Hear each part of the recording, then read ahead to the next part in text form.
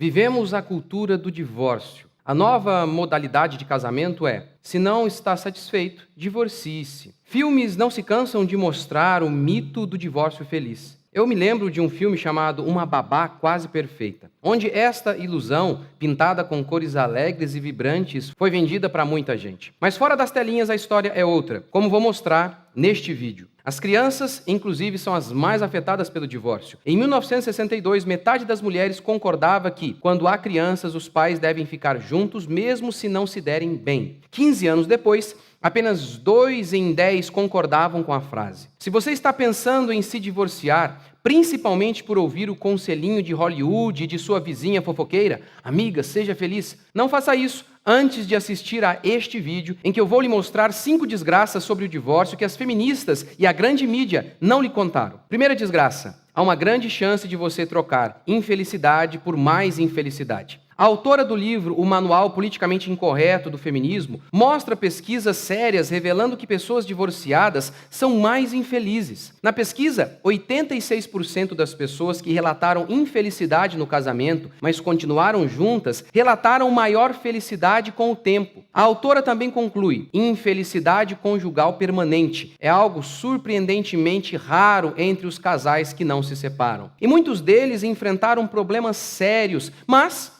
foram superados, continuaram casados e superaram seus problemas. Muitos se divorciam para trocar uma série de problemas por outra série de novos problemas. A pesquisa também mostrou que muitas mulheres se arrependeram de se divorciar. 1/4 dos segundos casamentos terminaram após 5 anos, de 60% a 80% após 10 anos. Segunda desgraça do divórcio: o divórcio te empobrece. Há um ditado que diz: pedra rolante não junta musgo. O significado é: a instabilidade não costuma trazer riqueza. O divórcio empobrece. Primeiro, por conta do custo processual. Segundo, por puro ódio, um começa a querer punir o outro e vê o dinheiro como arma para fazer isso. Eu conheci um homem que vendeu um carro modelo Santana por R$100 para dar apenas R$50 para sua ex-mulher. O patrimônio cai pela metade, já que é necessário dividir, e costuma se perder muito nessa hora também. Depois, com menos aporte financeiro,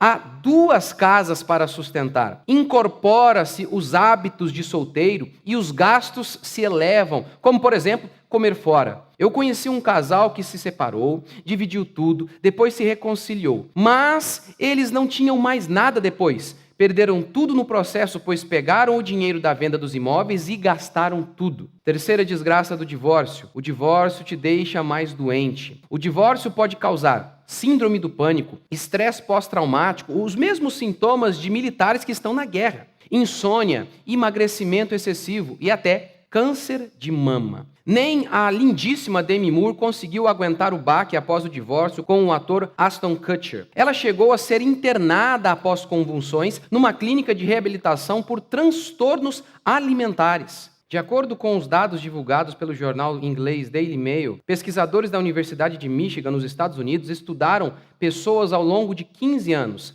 e revelaram os resultados. Aqueles que se divorciaram, e as mulheres não estão sozinhas, tiveram um declínio de sua saúde muito mais rápido do que aqueles que permaneceram casados. Uma 4ª desgraça do divórcio: menos satisfação sexual. É muito comum ouvir piadinhas do tipo: sexo no casamento é como Copa do Mundo, só de 4 em 4 anos. Pois bem, pesquisas revelam algo interessante: casais transam mais que solteiros e relatam mais prazer do que quem não é casado. Na pesquisa citada pela autora do livro Manual Politicamente Incorreto do Feminismo, alguns dados impressionam. 41% das casadas relataram satisfação sexual, mas apenas 31% das solteiras. Tá ruim a vida na cama? Pode ficar ainda pior com o divórcio. E a 5ª e pior desgraça do divórcio é que você pode arruinar os seus filhos. Sabe qual é o canto da sereia feminista? Divorcie-se e os seus filhos estarão muito melhor ao verem a sua felicidade. Eles ficarão tristes no começo, mas depois vão superar isso. Tá, posso mandar a real? Pesquisas mostram: filhos de divorciados são mais propensos à depressão, a serem expulsos da escola, a repetir de ano, a envolver-se com roubo, drogas, a se tornarem sexualmente ativos, a serem abusados por padrastos. Uma pesquisa avaliou crianças, filhas de famílias divorciadas por 25 anos. Sabe qual a conclusão? A ideia de que pais mais felizes necessariamente levam a crianças mais felizes e que o trauma experimentado por essas crianças no ato do divórcio é temporário, tudo mentira. Judite, a autora desse estudo, resume assim o que as crianças diziam: o dia em que os meus pais se divorciaram